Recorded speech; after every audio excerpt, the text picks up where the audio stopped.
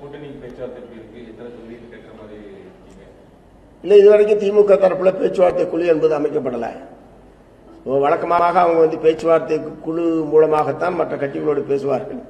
ஆகவே திமுக பேச்சுவார்த்தை குழுவை அமைத்ததற்கு பிறகு எங்களுடைய குழு சென்று பேச்சுவார்த்தை நடத்தும். பேச்சுவார்த்தை குழுவின் முன்னால் எங்களுடைய எவ்வளவு தொகுதிகள், எந்தெந்த தொகுதிகள் என்பதெல்லாம் நாங்கள் தெரிவிப்போம். இல்லை, ஏற்கனவே நான் சொல்லியிருக்கேன், இரட்டை இலக்கத்தில் மார்க்சிஸ்ட் கம்யூனிஸ்ட் கட்சி போட்டியிட வேண்டும் என்று தீர்மானித்திருக்கிறது.